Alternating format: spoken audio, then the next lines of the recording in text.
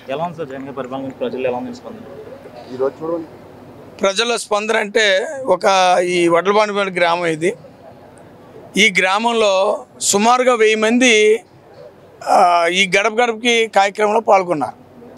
ఇప్పుడు మీరు చూసారో లేదో, అంత కాదు ఇంత పొడుగు అని చెప్పే రామానాయుడికి వెనకాల ఎంతమంది ఉన్నారు. ఇవాళ వైఎస్ఆర్సీపీకి మద్దతుగా మేమంటూ ముందుకు వస్తామని చెప్పి ఇంటికి ఒకరు చొప్పున ఈ గ్రామంలో రావడం జరిగింది. అది మాకు కూడా ఆశ్చర్యంగా అనిపిస్తుంది. ఏ పార్టీ ఎందుకంటే నేను 94 నుంచి రాజకీయాల్లో తిరుగుతున్నాం, కానీ ఈసారి ఉన్నటువంటి ఈ ప్రభావం అటు కాంగ్రెస్లో కానీ అందు తెలుగుదేశంలో కానీ ఎప్పుడూ లేని విధంగా ఈ రోజున ఈ వైఎస్ఆర్ కాంగ్రెస్ పార్టీలో అంత ప్రభావం చూపిస్తుంటే ఆశ్చర్యపోతాం. మీరు ఏదైతే 3 పార్టీలు కలిసిపోయినాయి కాబట్టి బలం ఎక్కువ ఉంటుందని అనుకుంటున్నారు. చిన్న లాజిక్ చెప్తాను. తెలుగుదేశం జనసేన 2 కలవటం వల్ల రంగాన్ని చంపినటువంటి చంద్రబాబు నాయుడుతో పవన్ కళ్యాణ్ కలవటం వల్ల, ఎందుకంటే పవన్ కళ్యాణ్కి బలం కాపులు. ఎప్పుడైతే చంద్రబాబు నాయుడు రంగాన్ని చంపిన విషయం ప్రతి ఒక్కరికి తెలుసు. అంచేత ఎవరైతే ఈ పవన్ కళ్యాణ్ చంద్రబాబు కలవగానే జనసేనకు పడి ఓట్లలో 25% ఓట్లు పోయినాయి. అంటే పవన్ కళ్యాణ్కి వేద్దాం అనుకున్న ఓట్లు ఆల్రెడీ ఇంకా చంద్రబాబు నాయుడుకి వేయకూడదు, రంగాన్ని చంపినటువంటి వ్యక్తి అని చెప్పి కొంతమంది తప్పుకున్నారు. అలాగే జనసేనతో టీడీపీ జతకట్టడం వల్ల టీడీపీకి ఉన్నటువంటి బీసీ ఓటింగ్ కానీ ఎస్సీ ఓటింగ్ కానీ వాళ్ళకు ఉన్నటువంటి బీసీలో అయితే ఎక్కువ ఉండేవారు, టీడీపీకి ఎస్సీలో 20% ఉండేది. ఎప్పుడైతే ఈ 2 కలవడంతో బీసీ ఓటింగ్ అంతా కూడా వైఎస్ఆర్సీపీ వైపు రావడం జరిగింది. అంటే ఈ 2 పార్టీలు కలవటం వల్ల అటు కాపులు కానీ ఇటు బీసీలు కానీ ఆ 2 పార్టీలు వదిలేసే పరిస్థితి. తగుదనమా అంటూ ఇంకో పార్టీ ఏంటంటే బీజేపీ 3వ పార్టీ వాళ్ళతో కలిసింది. ఈ బీజేపీ కలవటం వల్ల ఈ తెలుగుదేశానికి కానీ జనసేన పార్టీకి కానీ ఒక 20% ఎస్సీలు కానీ అదే మైనారిటీలు కానీ ఓట్లు వేస్తారు. ఎందుకంటే ఒకే పార్టీకి ఎవరు కూడా 100% వేయరు. ఒక 20% ఎస్సీలో తెలుగుదేశానికి, మైనారిటీలో 20%, కానీ జనసేనకి కానీ ఏసీది ఉంటుంది.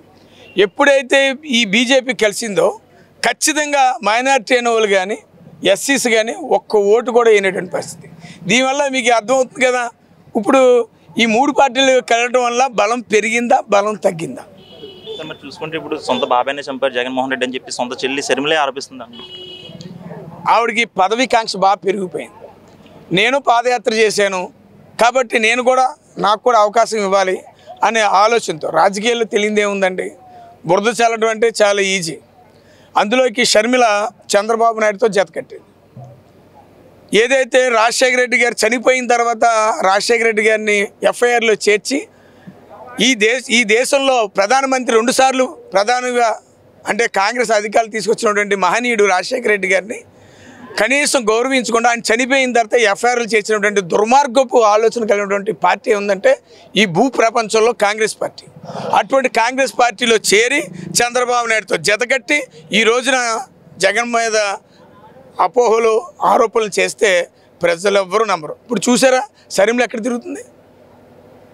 తిరుగుతుందా? తిరిగితే ప్రజల చెప్పులు మీదేసే పరిస్థితి. అంచేత ఏదో ఒక వ్యక్తిని పాడు చేయాలని, ఎందుకంటే ఇప్పుడు తెలుగుదేశం కానీ జనసేన కానీ బీజేపీ కానీ ఈ 3 కలిసి అంటే జగన్ బలంగా ఉన్నట్టు లెక్క కదా. జగన్ పార్టీ బలంగా ఉంది కాబట్టి 3 కలిశారు. ఇది సరిపోనట్టుగా షర్మిలను కూడా వేసుకున్నారంటే వీళ్ళు బలం సరిపోవట్లేదు, అదే కుటుంబాలను కూడా తీసుకొస్తే ఇంకా బలం పెరుగుతుంది అనుకుంటా.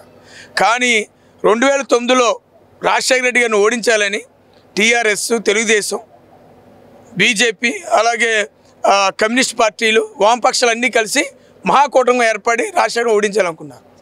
ఈ 5 ఏళ్ల పాలనలో పాలకుల నియోజకవర్గాన్ని ఏ విధంగా కూడా అభివృద్ధి చేయలేదని చెప్పి ప్రతిపక్షాలు ఆరోపిస్తున్నాయి కదా. దాని అభివృద్ధి అంటే నిమ్మల రామానాయుడు గారి దృష్టిలో 20% కమిషన్ తీసుకుని ఒక రోడ్డు వేస్తే అది అభివృద్ధి, 30% తీసుకుని ఒక డ్రైన్ కడితే అది అభివృద్ధి. మా దృష్టిలో అభివృద్ధి అంటే ప్రతి పేదవాడు పిల్లవాడు ఇంగ్లీష్ మీడియం చదువుకోవాలి. ప్రతి పేదవాడు పిల్లవాడు స్కూల్కి వెళ్తే కార్పొరేట్స్ టైప్లో వారికి విద్యని అందించాలి. ప్రతి పేదవాడు అనారోగ్యం పాలైతే ఆరోగ్యశ్రీ ద్వారా వైద్యం చేయించుకోవాలి. ప్రతి పేదవాడు ఎవరికైనా రైతు కూలీలు కానీ కౌలు చేసిన వారు కానీ రైతు భరోసాదారు అంటే డబ్బుల కోసం అప్పులకు పరిగెట్టక్కర్లేకుండా 13,500 రూపాయలు ఇచ్చి వారికి రైతు భరోసా ద్వారా వాళ్ళకి అప్పు లేకుండా వ్యవసాయం చేసే అవకాశం కల్పించాడు. దాన్ని అభివృద్ధి అంటాం మేము. అభివృద్ధి అనేది దాన్ని అంటారు తప్ప ఒక అందమైన బిల్డింగ్లు కట్టడం వల్ల లేకపోతే రంగురంగుల గోడలకి రంగురంగులు పెయింట్లు వేయటం వల్ల అది అభివృద్ధి కాదు.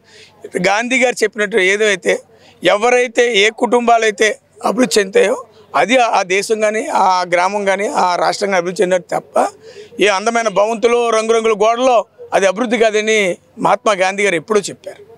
చిన్న విషయం, ఇదే రామానాయుడు గారికి నేను ఛాలెంజ్ చేసి చెప్తున్నా, నేను అంత కాదు ఇంత కాదు నేను 300 కోట్లతో అభివృద్ధి చేశాను అంటున్నాడు. కేవలం 300 కోట్లు. ఇది అందరూ కూడా జాగ్రత్తగా గమనించాలి పాలకొల్లు నియోజకవర్గానికి. అంటే ఆయన ఇంట్లో 10 మందిని మీడియా వాళ్ళని పెట్టుకుని ఒక ఫేస్బుక్లో వాట్సాప్లో పెట్టుకుని అతను చేసిన ఏదో అంతకాదు ఇంతకాదు చెప్పుకుంటాడు.